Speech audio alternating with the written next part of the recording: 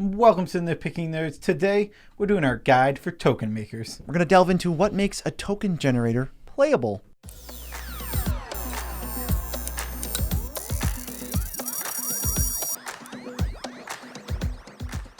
I'm your host, Joe Cherries. I'm your host, Beezy, and that makes us the Nitpicking Nerds.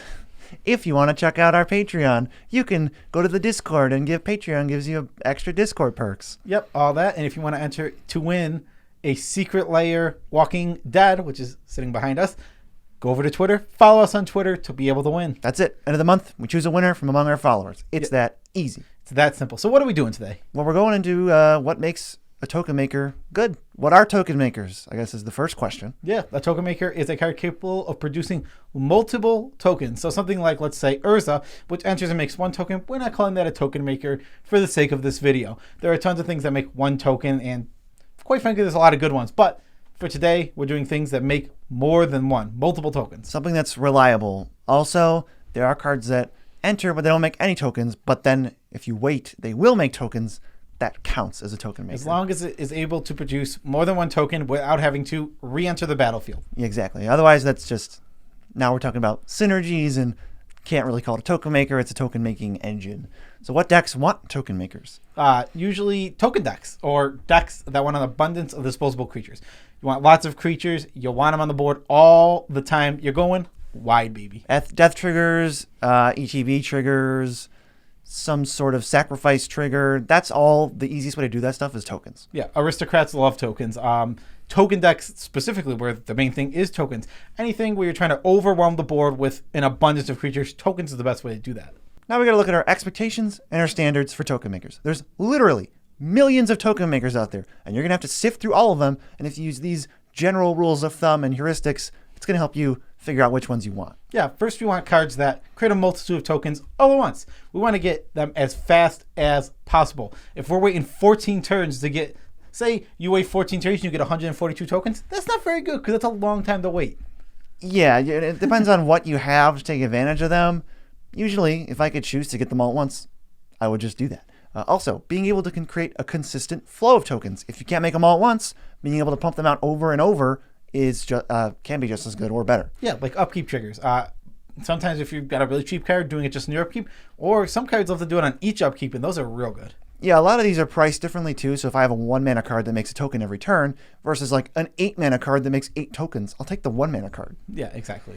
Creating tokens whenever an action is taken, such as casting an instant or sorcery, Landfall, there's casting an artifact. Those are the main ones.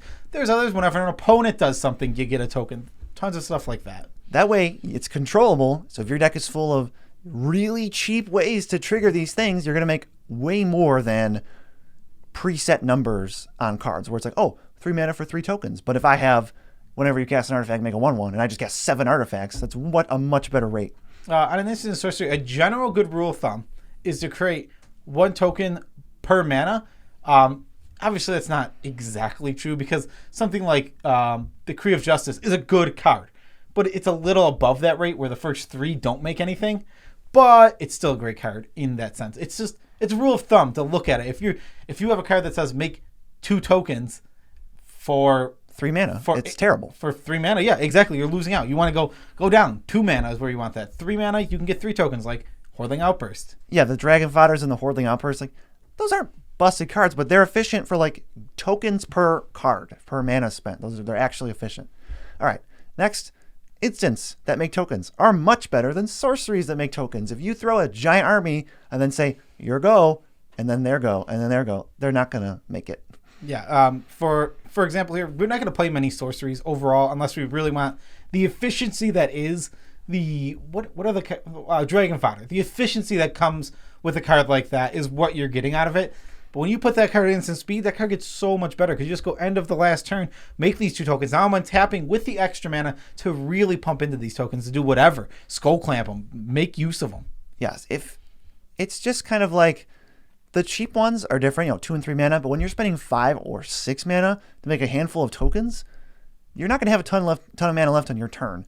So I'd much rather secure the waste for 5 tokens, end of their turn, unpredictable, than go, all right, increasing devotion, sorcery speed, make 5 tokens. Oof, yeah, it feels really rough doing it on your turn.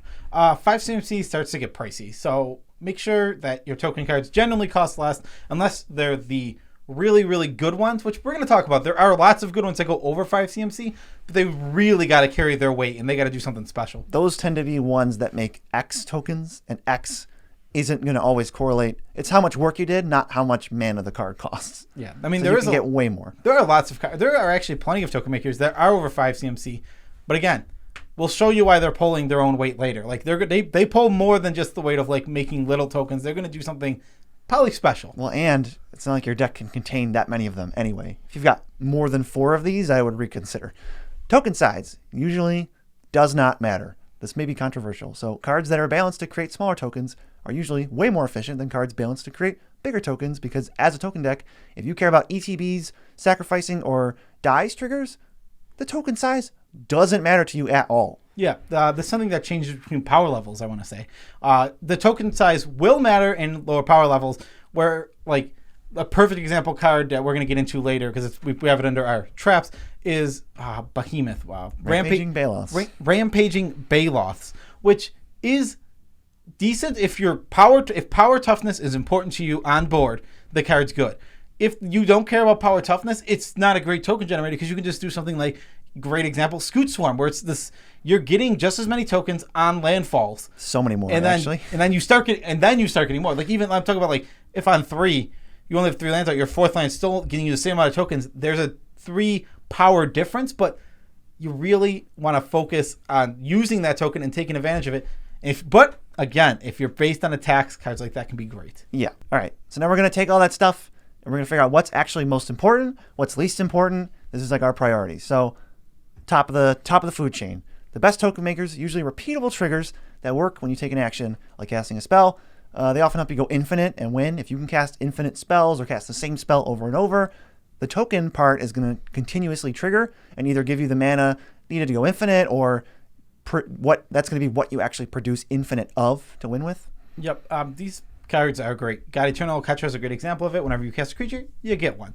Next, we're looking for cards that give you X tokens, but they have a set cost of X, which means something like Dockside Extortion enters, and it gives you X tokens, but X is already a set number when it enters the battlefield. And X, unless it's 1, is never not going to be worth it. I mean, that's a dumb example because the card's so good, but it's just super easy to say, yeah, it makes a number not correlated to its cost. It's about how much work you did to make the board state, or they did in this case. Next, we're going to create tokens without effort on your upkeep, for example. Bitter Blossom.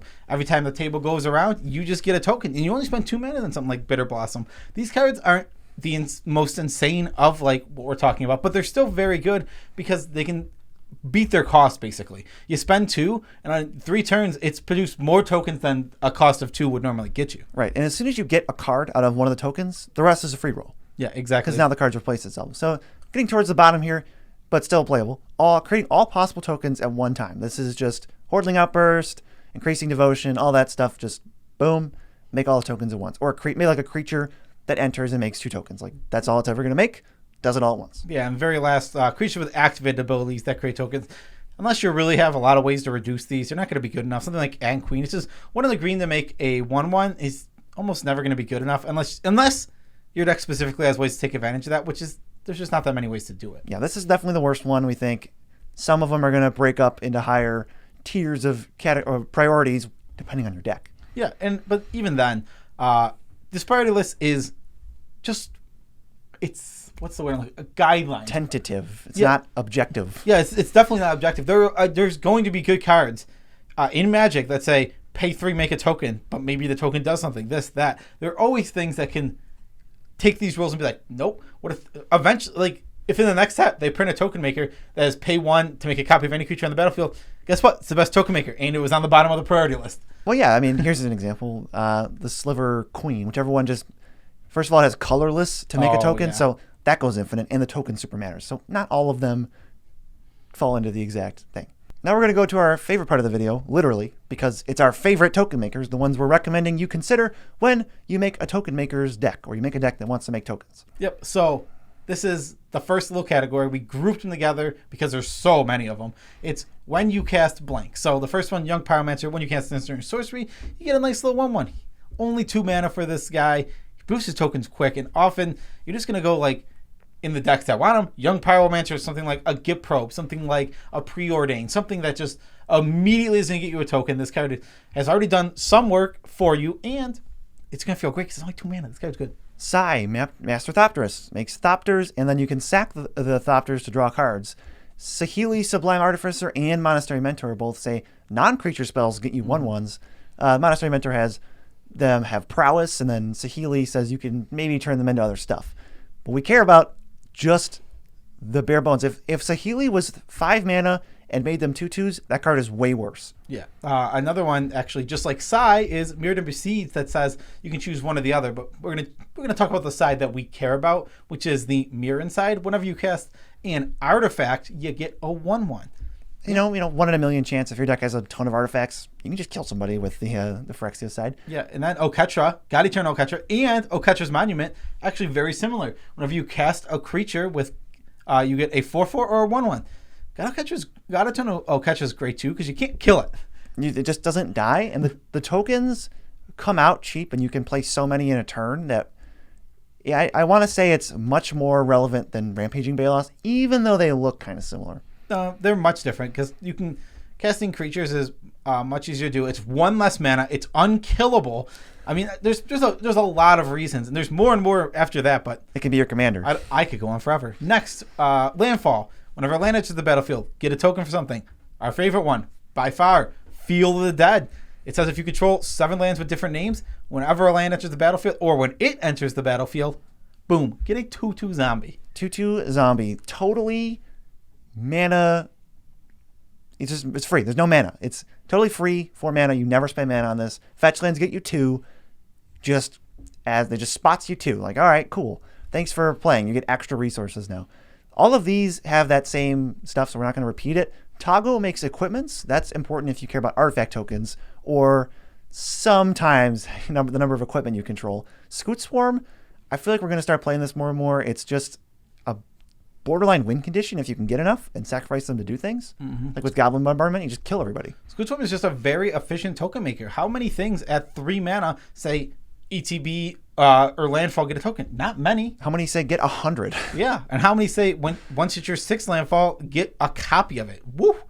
Unrivaled. Yeah, card is very good. Nesting Dragon, 5 mana. You get 0/1 Dragon Eggs, and what's cool about this, when those Dragon Eggs die, you get 2/2s. They're multi-layered, so it basically makes 2 tokens whenever a land enters, and they will survive board wipes. Here's another one that you're going to be like, this is just like Rampaging Balos, because it is kind of similar. It's Omnath, Locust of Rage. When a land enters the battlefield, you get a 5/5. Okay, that's big, and we don't really care about token size too much, but when any elemental dies, the 5/5 is an elemental, just so you know, you get to lightning bolt whatever you want. This card is really good. It demands that you answer the guy directly, and he still leaves guys behind on top of that are super relevant.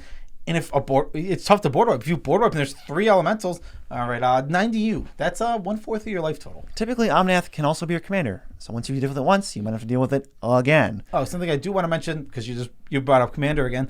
I excluded cards that are almost exclusively commanders, aka something like Kick Car. You just don't see that in the 99. It's a command. It is a commander. That's where you're going to see it all the time. And I omitted any card like that. Zyrus, where he makes the snakes. You're just not going to see it in the 99. Sure, once in a while, but you're going to see it as a commander probably 95% of the time. Totally. When they die, token makers, Annex, Hardened in the Forge. All your creatures die into 1/1 satyrs. The big ones die into 2 1/1 satyrs. If you're total like aristocrats card, sack your guys, get more guys, like Pawn of Ulamog type effect. Yeah, Pawn of Ulamog is another one. And what's the Sifter of Skulls? All really good. They're all, whenever a creature you control dies, get some sort of 1/1 token. This is so abusable so easily. Absolutely. Pitiless Plunderer makes treasures whenever a creature, it's not even non-token. So it turns all your creatures into tokens that then sacrifice for mana. Yeah, I think about this card that's worth mentioning right away. This card is combo piece. It goes infinite really easy. Really, really easy. There's definitely ways you can go infinite with, I don't know. This is a quick example that I thought of with that we don't even like that much. Ant Queen. How about Gravecrawler and a sack outlet? Gravecrawler sack outlet? Yep. How about that? All right, this one has overperformed for me every time I played it, and I initially got it as a spec. Hollowed Spirit Keeper, 1 white for a 3/2 vigilance. When it dies, you make a 1/1 white spirit token for each creature card in your graveyard. This is one of the ones that you do the work, and it cheats its mana cost by a ton.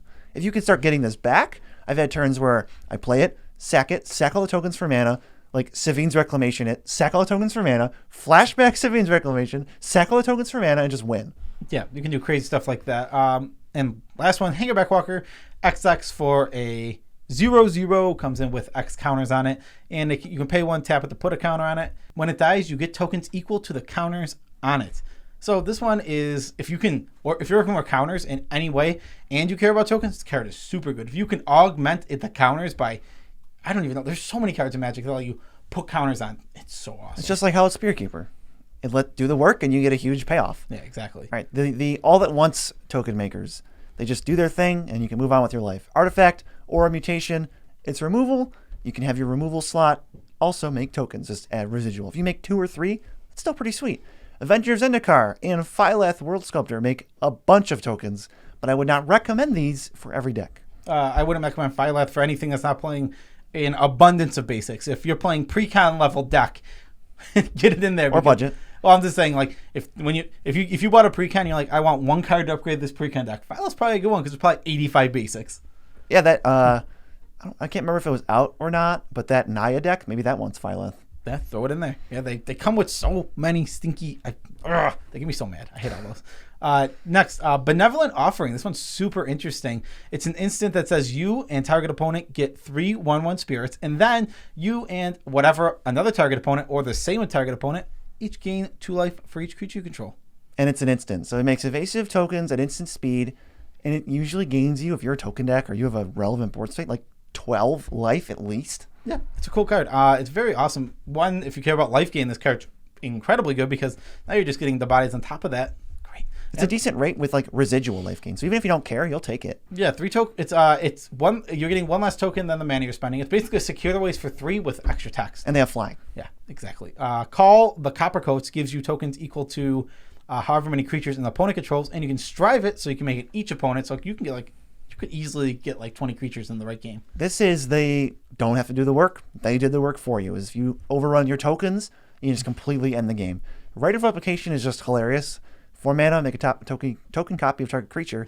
9 mana, you make 5 of them. Sometimes that can win the game. I remember one of the first times I ever saw this was you had a Maelstrom Wanderer out, and you cast it with Kicker on an Inferno Titan, and the game was over. Yep, that immediately ended the game, especially because they were all going to attack now. It was 36 power attackers, and then it was, 6? Times 3. 36.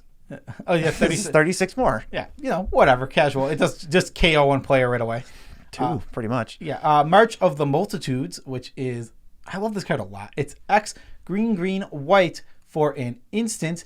And it has Convoke, which means you can tap creatures to pay for its cost. Ooh, and it's got X. That means you can make X a lot.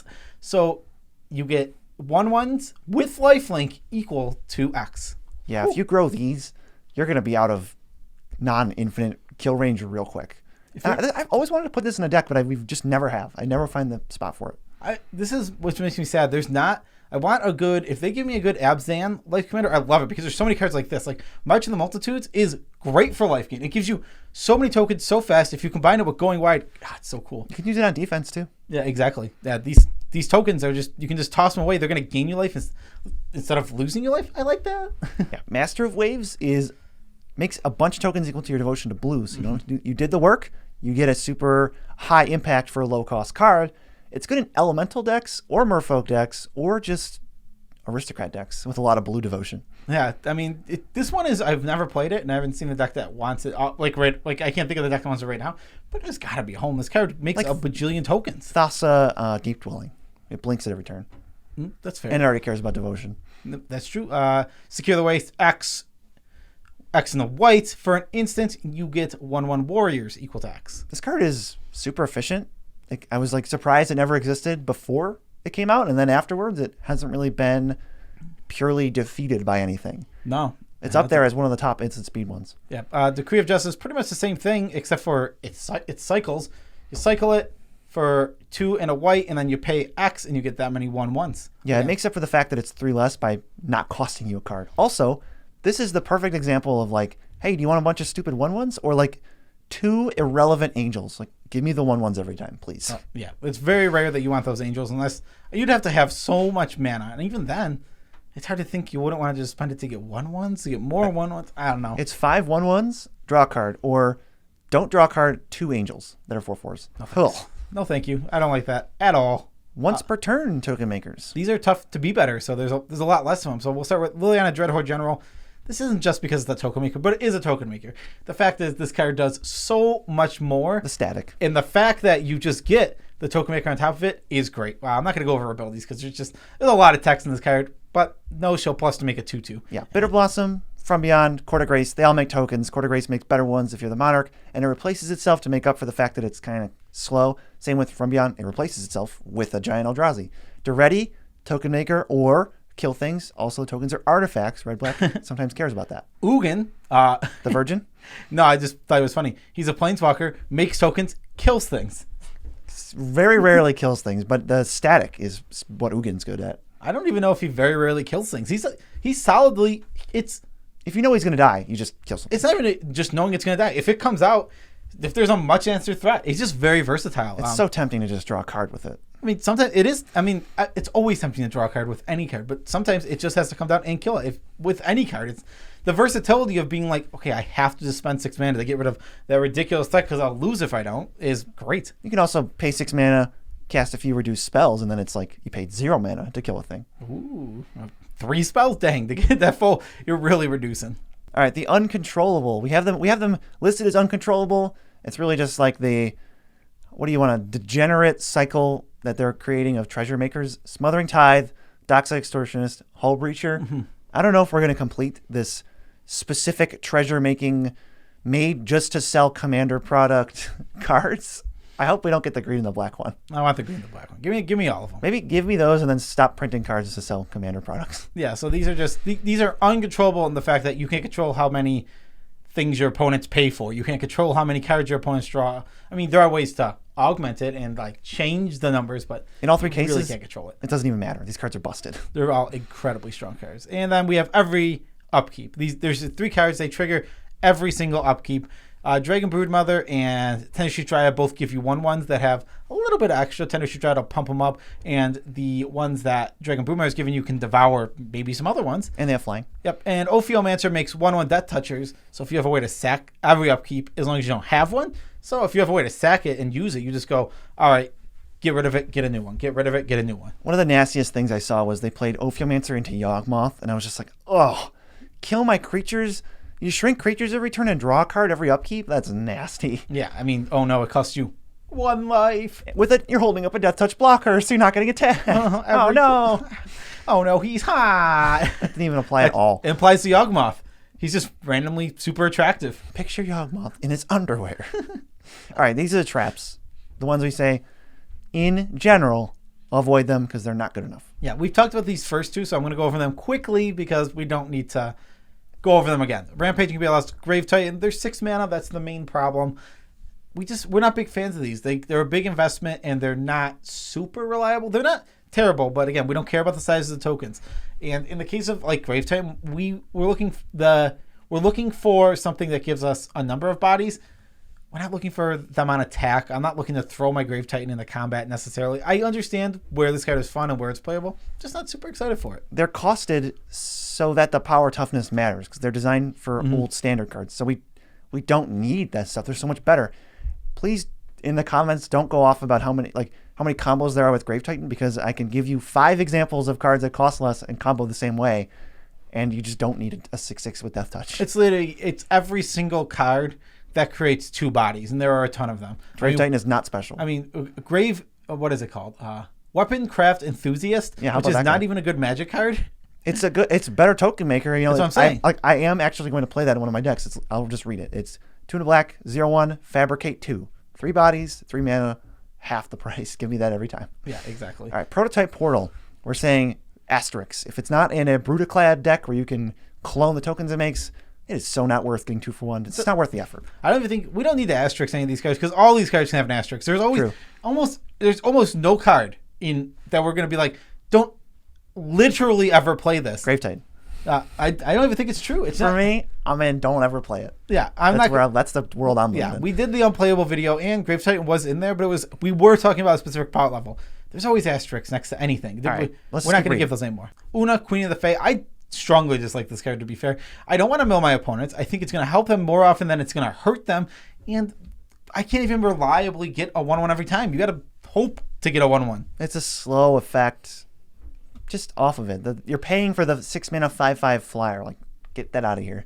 Most Planeswalkers, 90% of Planeswalkers that just make a token every turn, that is an Elspeth Sun's Champion. How about that? Everything worse than her, including her, we think are traps. She's like at the top of the ones that we think are traps. I think again, Elspeth has homes, and then below her they start getting really bad. Gideons are an example. I don't think Gideons are playable at all. There's like none of them. It's Ally of Zendikar is the best one because you can like emblem it, but that's not that strong. That's not that strong. 4 mana for an unremovable Gaia's Anthem.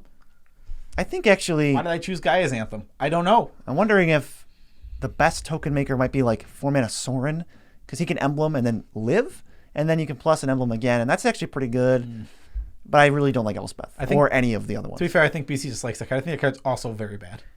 Hard to say. I mean, it's probably a trap, right? Like, if I'm playing it, it's because it's cool and has some effect. Well, take into consideration what it's going to be most of the time. Most of the time you play that card, it's going to be a 4 mana +1/+0. Gain 2 life or tap a creature. Real bad. No. Really bad. Hero of Bladehold. Waiting for the 2 and then exposing this to attacks makes it not worth it. Akeem, the Soaring Wind. This card's just terrible. I think the card's just really bad. Well, to go with, I want to mention, because going back a little bit, Hero of Bladehold, going with it, Brimaz. The attack to get tokens, don't like them at all. I don't think... It also puts the tokens immediately into danger. It's hard to make 1/1s get through unless there's just an open lane, and there's not always open lanes. Yeah, and in late game, forget it. Ant Queen, talked about it. You know, if you really get this going, it might be okay. It's hard to get it going. I don't want to pay 5 mana for this. Awakening Zone. We had, notably, From Beyond, good.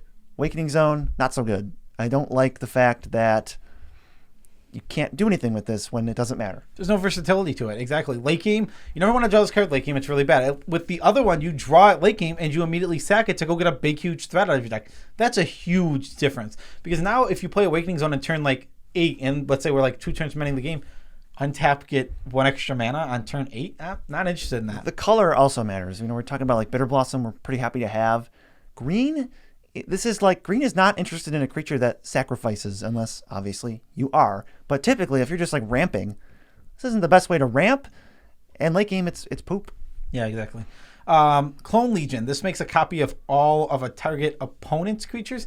It's 9 mana. You lost me at 9 mana sorcery. You're way too reliant on what your opponents are playing. If you're at a table where the boards always get ridiculous, yeah, obviously this card is fine, but I am not trying to rely on my opponent. If my opponent is kicking my butt, then at that point I can go, woo, now we're even. We are now even. Yeah, that sounds so unexciting. Like, think about that. Spend 9 mana to even your board with another player. Just think of all the other things you can do for 9 mana. All right, every Thalid in every non-Thalid deck. I think that's pretty easy. They're way too slow. Pentavus, Pentavites, whatever. There's a million of those for some reason. They're like, pay a mana, remove a counter, get a guy. Oh, sacrifice a guy, put the counter back. It's like, okay. Or just don't. And don't pay 7 mana for this effect. You can move all these dials around, but like, have you seen Hangerback Walker? That card's so much better. Endless Ranks of the Dead. Why is this one bad? It's an upkeep it's a trigger on your upkeep. Well, let's see. If you have no zombies, okay, so half of 0 rounded down is 0. What about 1? Half of 1 rounded down is 0. So we have to have at least 2 zombies out, and then it produces 1. No, thank you. Absolutely no, thank you. Yeah, the number of zombies that you have to make this good makes this card also redundant and useless. This is the point. The point of also, it's terrible. You get board wiped, and the card now, it comes back to your turn. You don't get a token. You don't get anything. Everything just remains gone. This card's really not good. Yeah. Oh, I'm getting 8 tokens with it. Well, that means you already had 16 zombies. What more help? What more do you need? Yeah, exactly. Just make like 2 more and then win the game. Verdant Forest triggers on every upkeep, 8 mana. No, thank you. The other 3 options we missed are just all better. Yeah, exactly. Helm of the Host, just too much to equip. We've gone over this a lot of times where it's just like you really have to have a ton of mana to put in to get it going, and you can get blown up by any instant speed removal. Cheat the equip cost, go infinite. Now we're talking, but not in any deck. Hornet Queen and Mere Battlesphere. These are like used to be way better, but then they just got slowly pushed down by stuff that makes tokens better. Battlesphere, the only thing it has going for it is that they're artifacts, so that might matter, but even then it's still pretty slow. And Hornet Queen, they have Death Touch. Yeah. I don't think that matters anymore. If you need tokens in the colorless deck, Battlesphere is probably good. I mean, there's not many token makers in colorless, so it's probably good there. But other than that, probably just avoid it. Yeah, there is a weird lack of colorless token makers that are like efficient. And Battlesphere is pretty close. This next one, I want to be super clear. Oh God. I don't know why it's $7, and I honestly believe that this is a card you should never play unless you're in it for the coolness factor. The Grave Titan effect. As soon as you're going for power at all, like I even think once you hit like a 5 for power, I'm being super serious here. Like not even very high in power level, you should never play this card. I think it's so bad. It's mechanized production. 2 blue, enchant an artifact at the beginning of your upkeep. Create a copy of that artifact. No. And, oh yeah, you're thinking, wait, Joe, you're skipping the best part of the card. If you have 8 of that artifact, you're playing EDH. It's really hard to do that unless you put it on a token and then you're putting it on a token. Ugh, stop. I can't even help myself. I don't like this card at all. You win the game if you have 8 of them on your upkeep. It's a mythic that says you win the game, so that's what the demand is from. I would just stay away from it. Last one, Luminarch Ascension. It looks like it's easy to get. Oh, it's only one go around the table. It's actually not easy to get. And then I've seen this go off immediately. Turn 2. No one attacks. 3 counters, ready to make 4/4s, and it still didn't matter. Yeah, the card's just not that good. I am not a big fan of it. Again, it's like we mentioned before, 2 mana angels. Yeah, it sounds really good. That sounds, to be fair, in EDH, that sounds okay. Like, I don't know, how good really is a card in your hand that makes, like, just a 2 mana angel. Like on turn 4, 2 4/4s, that's pretty appealing.